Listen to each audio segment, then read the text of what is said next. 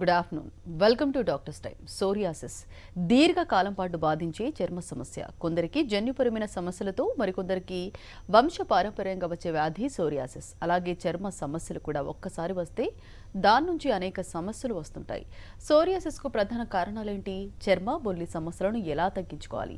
హోమియోపతిలో ఎలాంటి చికిత్స ఉంది? ఇలాంటి మరిన్ని విషయాలు హోమియోకేర్ ఇంటర్నేషనల్ వైద్యులు డాక్టర్ కుముద్ గారిని అడిగి తెలుసుకుందాం. అలాగే మీరు కాల్ చేసిన నెంబర్లు 04023310729 అండ్ 730.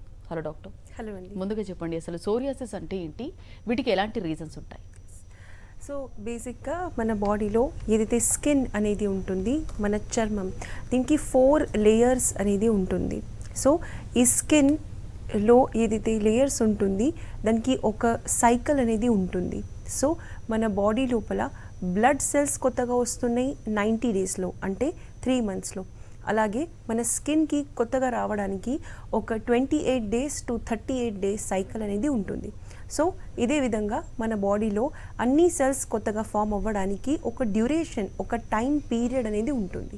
కాకపోతే ఈ డ్యూరేషన్ మన స్కిన్ లోపల, మన ఏదైతే చర్మం లోపల సెల్స్ ఏదైతే ఉన్నాయో అది కొత్తగా ఫామ్ అవుతున్నాయి చాలా తక్కువ రోజుల్లో. అప్పుడు ఇది ఒక లేయర్, థిక్ లేయర్ అనేది ఫామ్ చేస్తుంది. దీనికి మనం జనరల్గా మెడికల్ టర్మ్స్లో సోరియాసిస్ అనేది అంటూ ఉంటాం. సో సోరియాసిస్లో జరిగేది ఈ 28 డేస్ సైకిల్ నుంచి 32 డేస్ సైకిల్ ఏదైతే ఉంటుందో మన కొత్తగా స్కిన్ రావడానికి, అది 4 డేస్ కానీ 5 డేస్ కానీ లేకపోతే 7 డేస్ అనేది అయిపోతుంది. సో ఎవ్రీ 4 to 5 డేస్, ప్రతి 4 to 5 డేస్ లోపల మన స్కిన్ పైన కొత్త లేయర్, కొత్త స్కిన్ అనేది ఫామ్ అవుతుంది. ఇది బేస్ వచ్చేసి ఒక పింక్ కలర్ బేస్ ఉంటుంది. పైన చాలామందికి ఇచ్చింగ్ ఉంటుంది, వైట్ స్కేల్స్ అనేది ఉంటుంది, బాగా డ్రైగా ఉంటుంది. ఇది మన మెడికల్ టర్మ్స్లో సోరియాసిస్ అనేది అంటూ ఉంటాం. సో సోరియాసిస్ అనేది జనరల్గా ఎవరికి వస్తున్నది? ఇది ఒక ఆటో ఇమ్యూన్ డిసార్డర్. సోరియాసిస్ మరి విటిలిగో, ఇవి రెండు కూడా ఆటో ఇమ్యూన్ డిసార్డర్స్. అంటే మన బాడీ మాత్రమే ఇమ్యూన్ సిస్టమ్ ఒక ఇంబ్యాలెన్స్ అయింది కాబట్టి ఈ ప్రాబ్లమ్స్ అనేది వస్తూ ఉంటాయి. జనరల్ టర్మ్స్లో ఆటో ఇమ్యూన్ డిసార్డర్స్లో సోరియాసిస్, విటిలిగో, థైరాయిడ్ ఇవన్నీ కూడా ఆటో ఇమ్యూన్ డిసార్డర్స్ కింద వస్తాయి. కాకపోతే మన స్కిన్లో ఆటో ఇమ్యూన్ డిసార్డర్స్ సోరియాసిస్ మరి విటిలిగో. కాకపోతే సోరియాసిస్ అనేది క్రానిక్, అంటే జనరల్గా ఎక్కువ కాలం నుంచి పేషెంట్స్ అనేది సఫర్ అవుతూ ఉంటారు. ఒక మెయిన్ క్వశ్చన్ ఉంటుంది, ఇది ఎవరికి అవుతుంది? ఆటో ఇమ్యూన్ డిసార్డర్ ఎవరికైతే ఉంటుందో వాళ్ళకి ఫస్ట్ ఆఫ్ ఆల్ స్ట్రెస్ అనేది ఎక్కువగా ఉంటుంది. ట్రిగరింగ్ పాయింట్స్ వచ్చేసి మెంటల్ స్ట్రెస్ ఉంటుంది, ఫిజికల్ స్ట్రెస్ కూడా ఉంటుంది. మెంటల్ స్ట్రెస్ అంటే బాగా ఎక్కువ ఒత్తిడి ఉండడం, ఎక్కువగా మెంటల్ స్ట్రెస్ ఉండడం, ఇది మనం దీనికి మెంటల్ స్ట్రెస్ అనేది అంటూ ఉంటాం. దీంతోపాటు ఫిజికల్ స్ట్రెస్ అంటే సోరియాసిస్లో ఉన్న ఫిజికల్ స్ట్రెస్ అంటే చేంజ్ ఆఫ్ వెదర్. మనం ఒక వెదర్ నుంచి, ఒక అట్మాస్ఫియర్, ఒక వాతావరణం నుంచి మీరు ఇంకో వాతావరణంలో జనరల్గా స్కిన్ లోపల డ్రైనెస్ కానీ మాయిశ్చర్ ఎక్కువ తక్కువ అవ్వడం అనేది మనం చూస్తూ ఉంటాం. సో మాన్సూన్లో, వర్షాకాలంలో జనరల్గా మనకు మాయిశ్చర్ అనేది నార్మల్గా ఉంటుంది. వేడి కాలంలో కూడా, సమ్మర్లో కూడా మన స్కిన్లో వాటర్ అనేది ఉంటుంది నార్మల్గా. ఎవరైతే వాటర్ 4 to 5 లీటర్స్ వాళ్ళ బాడీ వెయిట్ ప్రకారంగా, ఏజ్ ప్రకారంగా తీసుకుంటారో వాళ్ళకి స్కిన్ డ్రై అనేది అవ్వదు. కాకపోతే సోరియాసిస్లో పేషెంట్స్ జనరల్గా మనం చూసేది వాటర్ ఇంటేక్, అంటే మన బాడీ లోపల ఎంత అవసరం ఉందో మన బాడీకి దానికంటే కొంచెం తక్కువగా వాటర్ తీసుకుంటారు, మరి ఎక్కువగా స్కిన్ అనేది డ్రై ఉంటుంది. అలాంటి వాళ్ళకు ఈ సోరియాసిస్ అనేది ఫాస్ట్గా వస్తుంది. ఓకే అండి, మెయిన్గా సోరియాసిస్ ఉన్న వాళ్ళకి, అంటే వాళ్ళ థింగ్స్ వేరే వాళ్ళు యూజ్ చేస్తే కనుక స్ప్రెడ్ అయ్యే ఛాన్సెస్ ఉంటాయా? ఎస్. సో మేజర్గా సోరియాసిస్ కానీ విటిలిగో కానీ ఇవి రెండు ప్రాబ్లమ్స్ కూడా ఆటో ఇమ్యూన్ డిసార్డర్స్, చర్మ వ్యాధులు. కాకపోతే ఇది అంటి వ్యాధి, కంటేజియస్ డిజీజ్ కాదు. జనరల్గా సోరియాసిస్లో చాలామందికి కొంతకాలం వరకు ఇచ్చింగ్ ఉంటుంది. ఇచ్చింగ్ అంటే దురద, డ్రైనెస్ వల్ల జనరల్గా అవుతుంది. సో ఎవరికైతే స్కిన్ ఎక్కువగా డ్రై ఉంది, నార్మల్గా అది న్యాచురల్గా స్కిన్కి డెఫినెట్గా దురద అనేది క్రియేట్ చేస్తుంది, ఇచ్చింగ్ అనేది క్రియేట్ చేస్తుంది. కాకపోతే ఇది ఒక అంటి వ్యాధి, కంటేజియస్ డిజీజ్ అనేది కాదు. కాకపోతే చాలామందికి అయితే ఈచింగ్ అనేది ఉన్నది, వాళ్ళ ఫ్యామిలీలో ఎవరైతే సోరియాసిస్ ప్రాబ్లం ఉన్న వాళ్ళు, ఎవరైతే క్లోత్స్ ఏవైతే బట్టలు అనేది సేమ్ అందరూ ఒకటే దాంట్లో వాష్ చేస్తూ ఉంటారో అలాంటి వాళ్ళు కంప్లైంట్ చేస్తూ ఉంటారు, మాకు కూడా ఈచింగ్ అనేది ఉన్నది. కాకపోతే సోరియాసిస్ ఈచింగ్ అనేది వేరే ఉంటుంది, నార్మల్ ఈచింగ్ అనేది వేరే ఉంటుంది. ఎవరికైతే ఇలాంటి డౌట్స్ ఉంటాయో, ఎలాంటి సంశయాలు ఉంటాయో వాళ్ళు డెఫినెట్గా, ఎవరికైతే ఫ్యామిలీలో సోరియాసిస్ ఉన్నదో వాళ్ళు డెఫినెట్గా వాళ్ళ క్లోత్స్, వాళ్ళ బట్టలు అనేది కొంచెం సెపరేట్గా ఉంచి, ఫ్యామిలీ వాళ్ళతో సెపరేట్గా ఉంచి వాష్ చేసుకుంటే ఇలాంటి జనరల్గా ఎవరికైతే ఫియర్స్ ఉన్నాయో, డౌట్స్ ఉన్నాయో అది ఉండదు. కాకపోతే మెడికల్లీ ఇది సోరియాసిస్ కానీ విటిలిగో కానీ ఎప్పుడు కూడా ఒక కంటేజియస్ అంటే అంటువ్యాధి అనేది డెఫినెట్గా కాదు. ఓకే అండి, మెయిన్గా సోరియాసిస్కి సంబంధించి అంటే సిమ్టమ్స్ అందరిలో ఒకేలాగా ఉంటాయా, ఏమైనా డిఫరెన్స్ ఉంటాయి? ఎస్. సో జనరల్గా మనం డిస్కస్ చేసుకున్నట్లు సోరియాసిస్ అనేది మేజర్గా, సోరియాసిస్ మనం ఫస్ట్ టైప్స్ ఎంత ఉన్నాయో అది అర్థం చేసుకుంటే మనం డీటెయిల్గా దీని గురించి డిస్కస్ చేసుకోవచ్చు. సోరియాసిస్లో ఒక 3 to 4 మేజర్ టైప్స్ అనేది ఉంటున్నాయి. నేల్ సోరియాసిస్ అంటే మన గోర్లలో వచ్చే సోరియాసిస్కి మనం నేల్ సోరియాసిస్ అంటాము. స్కాల్ప్ సోరియాసిస్ అంటే మన హెయిర్ లోపల ఏదైతే సోరియాసిస్ ఉంటుంది మనం దానికి స్కాల్ప్ సోరియాసిస్ అనేది అంటుంటాం. పామో ప్లాంటర్ సోరియాసిస్ అంటే మన చేతులు, మన పాదాల్లో అండ్ మన చేతుల్లో పామ్స్లో వచ్చే సోరియాసిస్కి మనం పామో ప్లాంటర్ సోరియాసిస్ అనేది అంటుంటాము. సోరియాసిస్ వల్గారిస్ పెద్దగా ప్యాచెస్ వచ్చేసి మన బాడీలో ఏదైతే పెద్ద పార్ట్స్ ఉన్నాయి, అబ్డామెన్ ఉంటుంది, లెగ్స్ ఉంటున్నాయి, కాళ్ళు ఉంటున్నాయి, సో ఏదైతే పెద్ద పెద్ద మసిల్స్ అనేది ఉంటున్నాయో దానికి మనం సోరియాసిస్ వల్గారిస్ అనేది అంటుంటాం. కాకపోతే అన్నిట్లో ఒక కామన్ సైన్ అనేది ఉంటుంది. సోరియాసిస్కి ఎప్పటికైనా కూడా బేస్ వచ్చేసి పింక్ కలర్ బేస్ అనేది ఉంటుంది, పైన వైట్ కలర్ పొట్టు అనేది ఉంటుంది. ఈ జనరల్గా వైట్ పొట్టుకి మనం స్కాల్ప్లో వచ్చినప్పుడు దీనికి డాండ్రఫ్ అనేది అంటూ ఉంటాము. సో చాలామంది స్కాల్ప్ సోరియాసిస్ ఉన్న వాళ్ళు ఇనీషియల్ స్టేజెస్లో దీనికి నార్మల్ డాండ్రఫ్ అనుకునే ట్రీట్మెంట్ వాడుతూ ఉంటారు. ఓకే అండి, మెయిన్గా అంటే మరి ఎరిథ్రోడర్మిక్ సోరియాసిస్ అంటే ఏంటంటారు, వీటికి ఎలాంటి రీజన్స్ ఉంటాయి, ఎలా గుర్తుపట్టాలి? ఎస్. సో జనరల్గా మన సోరియాసిస్లో మనం డిస్కస్ చేసుకున్నట్లు psoriasis vulgaris. So erythrodermic psoriasis అంటే జనరల్గా మన స్కిన్ లేయర్లో ఏదైతే 3 to 4 లేయర్స్ ఉంటాయో ఈ లేయర్స్లో ఒక లేయర్ అనేది ఉంటుంది. సో ఈ లేయర్ ఎక్కువగా అఫెక్ట్ అయినప్పుడు మనం దీనికి ఎరిథ్రోడర్మిక్ సోరియాసిస్ అంటుంటాము. చాలామందికి కొంచెం ఈచింగ్ చేసినప్పుడు బ్లడ్ అనేది వస్తున్నది. సో జనరల్గా సోరియాసిస్ అనేది మేజర్గా మన లొకేషన్ ఎక్కడైతే మన పార్ట్స్ ఉన్నాయో, ఏ పార్ట్స్లో ఉన్నదో ఆ పార్ట్స్ ప్రకారంగా మనం దీనికి డిస్టింగ్విష్ చేస్తాం. దీనికి మనం జనరల్గా ఏదైతే టైప్స్ ఉన్నాయో మనం డిసైడ్ అనేది చేస్తూ ఉంటాం. కాకపోతే సైన్స్ అండ్ సిమ్టమ్స్ అన్నిట్లో ఒక కామన్ సిమ్టమ్ ఉంటుంది, థిక్నెస్. స్కిన్ ఎప్పటికైనా కూడా చాలా థిక్గా ఉంటుంది, ఒక 3 to 4 లేయర్స్ అనేది ఉంటుంది, పింక్ కలర్ ఉంటుంది. జనరల్గా సోరియాసిస్ తగ్గుతున్నది అంటే ఆ పింక్ కలర్ బేస్, అది ఇరైథ్రోడర్మిక్ సోరియాసిస్ అయినా సరే, స్కాల్ప్ సోరియాసిస్ అయినా సరే, నేల్ సోరియాసిస్ అయినా సరే, సోరియాసిస్ వల్గారిస్ అయినా సరే, సో ఇవన్నీ సోరియాసిస్లో కూడా ఈ పింక్ కలర్ ఎప్పుడైతే తగ్గుతున్నది, పింక్ కలర్ బేస్ అనేది తగ్గుతుంది, అప్పుడు డెఫినెట్గా మీకు సోరియాసిస్ తగ్గడం స్టార్ట్ అయ్యింది అని పేషెంట్ అనేది అనుకుంటూ ఉండాలి. దీంతోపాటు సోరియాసిస్లో జనరల్గా ఎక్కువగా డ్రైనెస్ ఉంటుంది కాబట్టి ఒక ప్రికాషన్ అనేది ఉంటుంది. అది ఏ టైప్ ఆఫ్ సోరియాసిస్ ఉన్నా కూడా మీరు మీ స్కిన్కి 3 times డైలీ మాయిశ్చర్ అనేది అప్లై చేసుకుంటూ ఉండాలి. దీనికోసానికి జనరల్గా మీకు డాక్టర్ సజెస్ట్ చేస్తూ ఉంటారు కొన్ని ఎక్స్టర్నల్ అప్లికేషన్స్.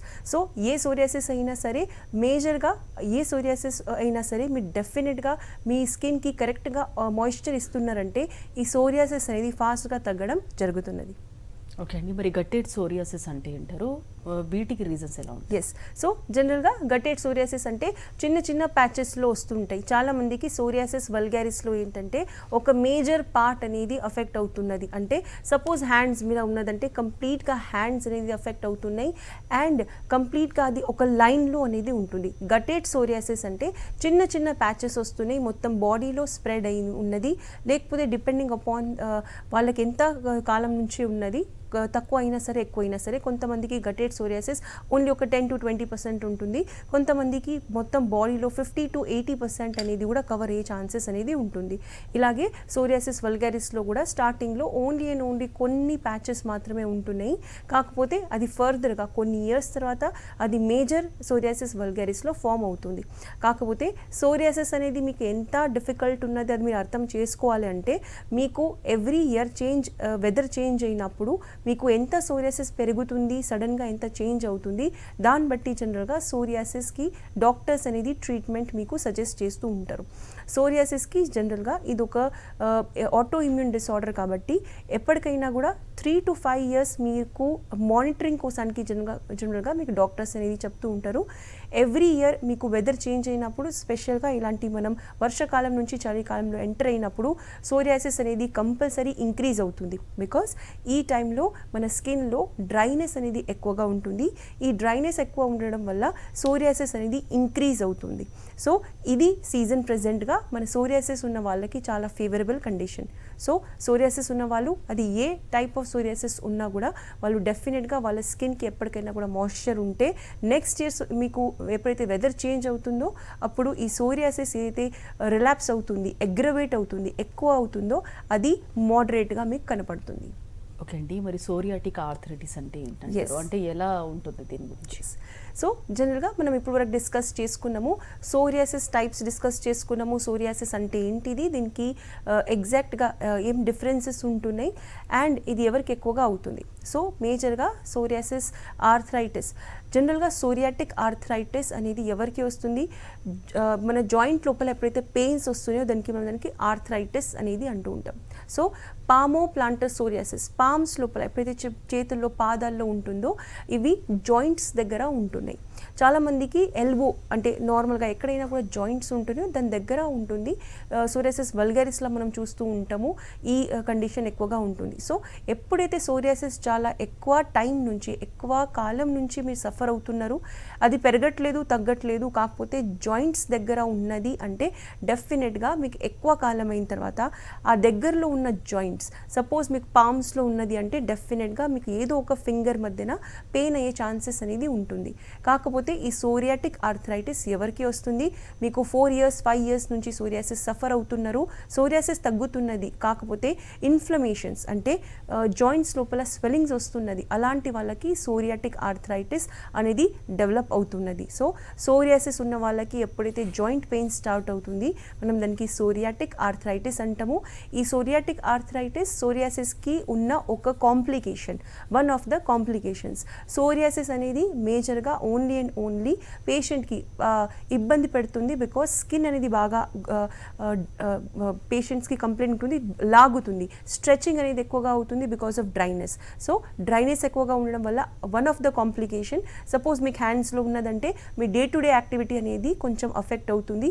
కాకపోతే ఇంకొక కాంప్లికేషన్ ఉంటుంది, సోరియాటిక్ ఆర్థరైటిస్ అంటే జాయింట్ పెయిన్స్. ఎవరికైతే ఎక్కువ కాలం నుంచి సోరియాసిస్ ఉంది వాళ్ళకి జాయింట్ పెయిన్స్ అనేది ఉంటుంది. సోరియాసిస్లో ఇది మేజర్గా 2 కాంప్లికేషన్స్ ఉంటాయి. కాకపోతే సోరియాసిస్ చూడడానికి ఇబ్బందిగా ఉంటుంది, ఇది ఒక థర్డ్ సోషల్ కాంప్లికేషన్ అనేది మనం అనుకోవచ్చు. సో ఇది సోరియాసిస్కి ఉన్న కాంప్లికేషన్స్. సో మెయిన్గా అంటే సోరియాసిస్ ఉన్న వాళ్ళు కంపల్సరీ పులుపు అసలు ముట్టుకోకూడదు, తినకూడదు అంటారు కదా, ఎంతవరకు నిజం? అలాగే డైట్ ఏ విధంగా ఉండాలి? సో మేజర్గా సోరియాసిస్లో మనం ప్రాక్టికల్ మన ఏదైతే పేషెంట్స్ ఉంటారో ప్రాక్టీస్లో మనం ఒక అబ్జర్వ్ చేసేది ఏంటంటే విటమిన్ డి డెఫిషియన్సీ ఉన్న వాళ్ళు, multivitamins, vitamin A, vitamin E మన స్కిన్కి అవసరం ఉంటుంది, విటమిన్ ఏ మరియు విటమిన్ ఈ. దీంతోపాటు omega-3 fatty acids and vitamin D. Vitamin D అనేది మన ఎంటైర్ బాడీ మొత్తం కంప్లీట్ బాడీకి ఎఫెక్ట్ అనేది చేస్తూ ఉంటుంది. సో అన్ని విటమిన్స్ కూడా మన బాడీకి కావాలి. సపోజ్ సోరియాసిస్ ఉన్నదంటే డెఫినెట్గా మీకు విటమిన్స్ తక్కువగా ఉన్నాయి, మీరు ఇది బై డిఫాల్ట్ ఇది అర్థం చేసుకోవాలి. సో మీకు డాక్టర్ చెప్పినా చెప్పకపోయినా ఈ విటమిన్స్ అనేది బ్యాలెన్స్ అనేది ఉంటే మీకు సోరియాసిస్ మీరు ఏదైతే మెడిసిన్స్ వాడుతున్నారో అది మీకు ఫాస్ట్గా ఇంప్రూవ్మెంట్ అనేది కనపడుతుంది. దీంతోపాటు డయట్లో జనరల్గా పేషెంట్స్ కంప్లైంట్ చేస్తూ ఉంటారు, సోరియాసిస్ ఎప్పటికైనా కూడా హెవీ ప్రోటీన్స్ అంటే ఎక్కువగా నాన్ వెజ్ తీసుకున్నప్పుడు మరి కొంచెం పులుపు ఎక్కువగా తీసుకున్నప్పుడు సోరియాసిస్లో ఈచింగ్ అనేది ఎక్కువగా అవుతుంది. సో దీనికి రీజన్ మనం అర్థం చేసుకోవాలంటే పులుపులో జనరల్గా విటమిన్ సి అనేది ఎక్కువగా ఉంటుంది. విటమిన్ సి రిచ్ ఫుడ్స్ మనం తీసుకున్నప్పుడు మన బాడీ లోపల యాసిడిక్ కంటెంట్ అంటే మన బాడీలో బ్లడ్లో యాసిడ్ లెవెల్స్ అనేది ఇంక్రీజ్ అవుతుంది, పిహెచ్ లెవెల్స్ అనేది బాగా తగ్గుతుంది. సో ఈ యాసిడ్ బాడీలో ఎక్కువగా ఉన్నప్పుడు ఏ కండిషన్ అయినా సరే, అది ఆర్థరైటిస్ అయినా సరే, నార్మల్ స్కిన్ డిజీజ్ అయినా సరే, డెఫినెట్గా మన బాడీ లోపల పెయిన్స్ ఇంక్రీజ్ అవుతాయి, మరి మన ఉన్న స్కిన్ ప్రాబ్లమ్స్ కూడా ఇంక్రీజ్ అవుతున్నాయి. సో విటమిన్ సి మన బాడీకి డెఫినెట్గా చాలా అవసరం ఉంటుంది. కాకపోతే డైలీ రిక్వైర్మెంట్ ఏదైతే విటమిన్ సిలో ఉంటుంది అది చాలా తక్కువగా ఉంటుంది. దాని కంపారిజన్లో మనం ఎక్కువగా ఇంటేక్ అనేది చేస్తూ ఉంటాం. అంటే మన బాడీకి ఎంత అవసరం ఉంది దానికంటే ఎక్కువగా మనం పులుపు అనేది తీసుకున్నప్పుడు ఇలాంటి ప్రాబ్లమ్స్తో ఎవరైతే సఫర్ అవుతున్నారో వాళ్ళకు డెఫినెట్గా ఈ ప్రాబ్లమ్స్ అనేది ఇంక్రీజ్ అవుతాయి. దీంతోపాటు విటమిన్ డి జనరల్గా ట్యాబ్లెట్స్ అనేది అందరూ వాడుతూ ఉంటారు. కాకపోతే మనం డైరెక్ట్ సన్లైట్ ఉన్నప్పుడు మన ఎండతోని విటమిన్ డి అనేది మనకు అవైలబుల్ ఉంటుంది. సో డెఫినెట్గా ఎవరికైతే స్కిన్ డిజీజెస్ ఉన్నాయో, స్పెషల్గా సోరియాసిస్ ఉన్న వాళ్ళు కంపల్సరీ విటమిన్ డి అంటే ఎండకి ఎక్స్పోజ్ అవ్వడం అనేది ఒక బై డిఫాల్ట్ రూల్ అనేది ఉంటుంది. దీంతోపాటు సోరియాటిక్ ఆర్థరైటిస్ ఉన్న వాళ్ళు డెఫినెట్గా వాళ్ళ విటమిన్ డి లెవెల్స్ చెక్ చేసుకొని ఎండలో కంపల్సరీ ఉండడం స్టార్ట్ చేయాలి. న్యాచురల్ ఎండలో మనం ఎప్పుడు ఉండాలి అంటే ఎర్లీ మార్నింగ్ ఒక 8 కంటే ముందు మనకు నార్మల్గా విటమిన్ డి అనేది ఆప్టిమల్ లెవెల్స్లో మన బాడీకి ఎంత అవసరం ఉందో అంత మనకి అబ్జార్బ్ చేసే కెపాసిటీ అనేది ఉంటుంది. దీంతోపాటు 20 మినిట్స్ డైలీ మార్నింగ్ మీరు జనరల్గా ఎండలో నిలబడితే విటమిన్ డి డెఫిషియన్సీ అనేది డెఫినెట్గా మీకు ఫ్యూచర్లో కూడా రాదు. సో ఫుడ్లో మీరు డెఫినెట్గా ఒక మంచి హెల్దీ డయట్ అనేది తీసుకుంటూ ఉండాలి. దీంతోపాటు ప్యాంతోథెనిక్ యాసిడ్ రిచ్ ఫుడ్స్ అంటే మైదాపిండిలో ప్యాంతోథెనిక్ యాసిడ్ అనేది ఎక్కువగా ఉంటుంది. ఇలాంటి పదార్థాలు చాలా రిఫైన్డ్ ప్రోడక్ట్స్ కింద వస్తాయి. సో ఏదైతే చాలా రిఫైన్డ్ ప్రోడక్ట్స్ ఉంటున్నాయో మైదాపిండి కానీ ఆయిల్స్ కానీ చాలా ఎక్కువగా రిఫైన్డ్ యూస్ చేసేవాళ్ళు డెఫినెట్గా సోరియాసిస్తో సఫర్ అవుతున్నారంటే వాళ్ళు ఇలాంటి పదార్థాలు స్టాప్ చేస్తే మాత్రమే వాళ్ళకు సోరియాసిస్లో ఫ్యూచర్లో సోరియాసిస్ కంప్లీట్గా రివర్స్ అయ్యే ఛాన్సెస్ అనేది ఉంటుంది. ఓకే, రిఫైన్డ్ అన్నారు కదా, ఇప్పుడు బేసిక్గా అన్ని ఆయిల్స్లో కూడా రిఫైన్డ్ అని ఉంటుంది కదా, అంటే ఎలాంటి ఆయిల్ యూజ్ చేయాలంటారు వీళ్ళు? ఎస్, సో జనరల్గా సోరియాసిస్ పైన ఒక ఇన్వెస్టిగేషన్ మనం రీసెర్చ్ అనుకోవచ్చు. దీని ప్రకారంగా బేసికల్గా ఎవరైతే రిఫైన్డ్ ఫుడ్స్ ఎక్కువగా తీసుకుంటారో వాళ్ళకి డెఫినెట్గా ఈ సోరియాసిస్ ప్రాబ్లం అనేది ఎక్కువగా వస్తుంది. మన బాడీకి న్యాచురల్ ఆయిల్స్ అనేది కావాలి. బాడీలో డ్రైనెస్ ఉన్నదంటే డెఫినెట్గా మన బాడీ లోపల న్యాచురల్ ఆయిల్స్, మన బాడీకి కావాల్సింది హెల్దీ ఆయిల్స్, హెల్దీ ఫ్యాట్స్ అనేది కావాలి. అది మనకి ఫుడ్లో నుంచి డెఫినెట్గా అవైలబుల్ ఉంటుంది. కాకపోతే ఈరోజు రిఫైన్డ్ ఫుడ్స్ ఏదైతే ఉంటున్నాయో స్పెషల్గా ఆయిల్స్ దాంట్లోపల natural elements vitamin A, vitamin D, ఇవన్నీ ఏదైతే విటమిన్స్ ఉంటాయో, omega-3 ఫ్యాటీ యాసిడ్స్ ఉంటాయో అది తక్కువగా ఉంటుంది. ఈరోజు మనకు ఫార్టిఫైడ్ అనేది ఎక్కువగా అవైలబుల్ ఉంటుంది. అంటే ఇవన్నీ విటమిన్స్ ఆర్టిఫిషియల్గా ఆయిల్లో వేసి దానికి ప్యాకింగ్ చేయడం జరుగుతుంది. అలాంటి వాళ్ళు జనరల్గా న్యాచురల్ ఆయిల్స్ ఏదైతే ఎక్కువగా రిఫైన్డ్ లేవు యూస్ చేసినప్పుడు ఒక స్టడీలో ఇది జరిగింది. సోరియాసిస్లో డ్రైనెస్ తగ్గుతుంది. డ్రైనెస్ తగ్గడం వల్ల ఏదైతే మల్టిపుల్ లేయర్స్ ఆఫ్ స్కిన్ వస్తున్నాయి, ఏదైతే 4 days 5 daysలో కొత్త స్కిన్ రావడం జరుగుతుంది అది తగ్గుతుంది.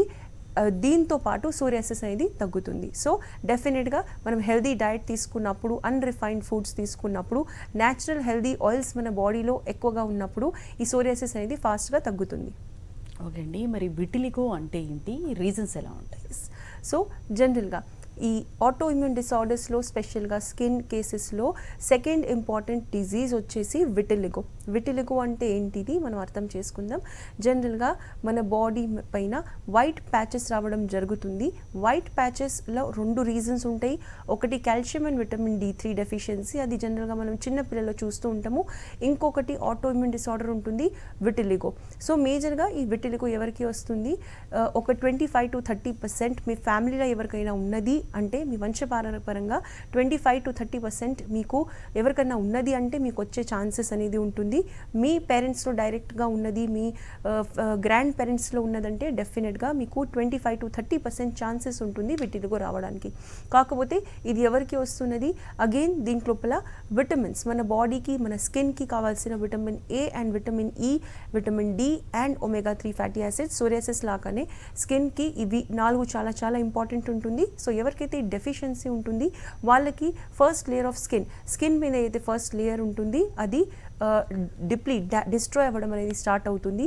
దీంతో పాటు విటిలిగోలో నాట్ ఓన్లీ వైట్ ప్యాచెస్ మాత్రమే కాదు, ఈ వైట్ ప్యాచెస్ ఎక్కడెక్కడైతే ఉంటున్నాయో అక్కడ నర్వ్ రూట్స్, అంటే మన స్కిన్ పైన నర్వ్స్ అనేది ఉంటుంది, నర్వ్ రూట్స్ అయితే ఉంటుంది, నర్వ్ సప్లై, అవి కూడా డ్యామేజ్ అవుతుంది. కాబట్టి అక్కడ స్కిన్ అనేది బాగా సెన్సిటివ్ అవుతున్నది.